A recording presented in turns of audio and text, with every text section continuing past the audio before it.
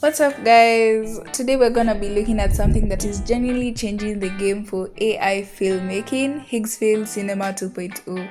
We've all seen AI clips, but this isn't just a clip generator, it's a full-scale digital backlot. So first we go to Higgsfield.ai, where all the magic happens.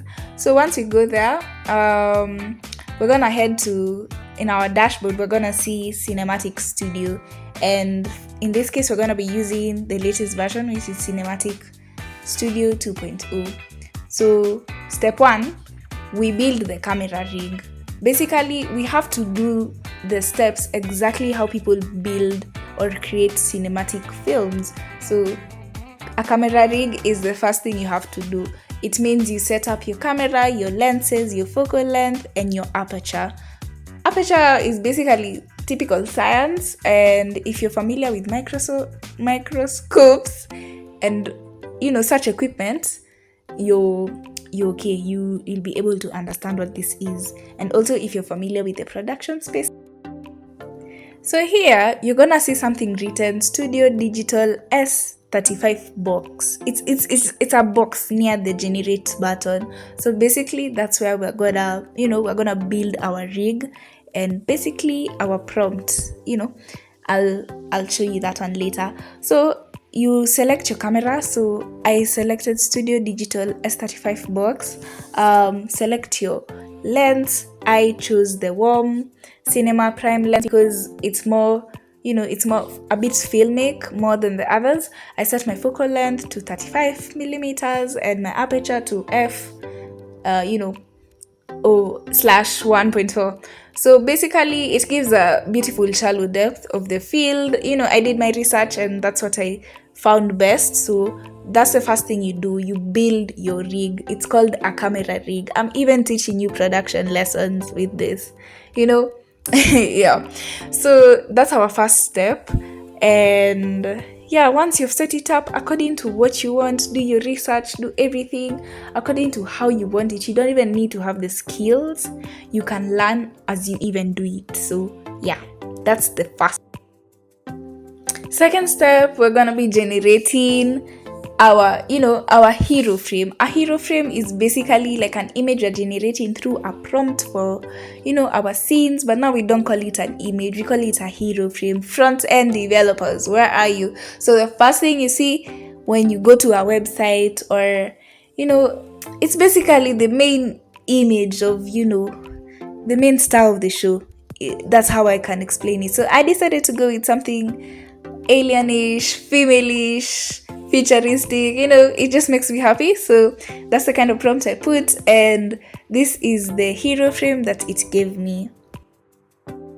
Okay, our next step, we're gonna go to 3D scene. So once in your image, in your hero frame, you'll find a button just under it in the same image, but just below it will be written 3D scene. Press on that, and now we're gonna explore this if you're interested in it. So here basically we're gonna be adjusting our virtual lens.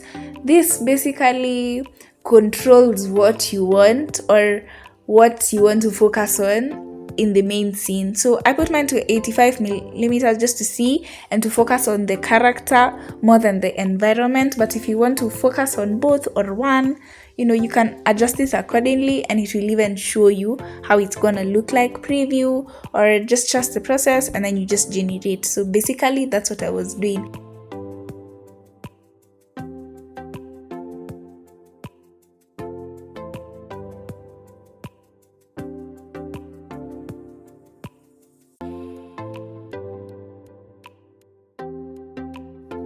So the next thing I'm going to be doing is directing and speed ramping.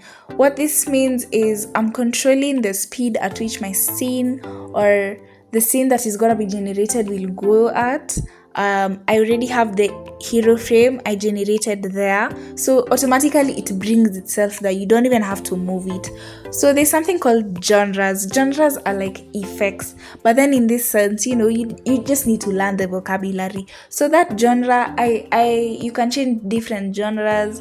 I chose one that I changed it from general. So I chose one that matches with what I want in my scene. And you can also control the speed what we're calling speed ramping. You can make it linear. I went with auto because, this is just a demonstration, but you can go as far as you want. Anything, too many options, by the way. You can extend the duration of your video. You can do so much with this. Look at the quality. You can even change it. You can change the resolution. There's something called a start frame and an end frame. So a start frame is basically how I would interpret this is in form of transition. So if you want to make a transition video, and the first part you're in a certain background with a certain outfit, and the second one you're in a different background with a different outfit, that's what start frames and end frames are for, but in form of images. So your start frame will be the first scene, the second will be, after the transition, will be the end frame. So, you can do so much with this, and there's even a video and image section. So, as I said, I changed everything except the hero frame came on its own. So now I want to add a prompt to spice it up a bit, just a bit. And I think, like, I just want to create a scene already that I can do, but you can do whatever you want. You can actually explore it as much as you want and be as creative as you can. You don't need the skill. You don't even have to have the degree. This is something I've learned in 10 minutes, and you can even perfect it in a number of days and earn from it. So it's a job opportunity. It's a business opportunity. It's such a big thing, especially in the production world, which is doing really, really well at this day and time. So once I generate, I'm waiting for my scene to generate. Just go through everything.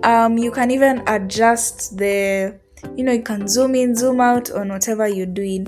So this is my scene, the scene that you saw at the beginning, and I loved it. I loved it completely because it's very realistic, and they used the hero frame I generated the first time. If you want to use your 3D scene, you can, the hero frame generated in the 3D scene, you can just adjust it. But this is what it did, and in my prompt I even advanced her features, so it's doing pretty well. Cinematic Studio 2.0 is something you should consider.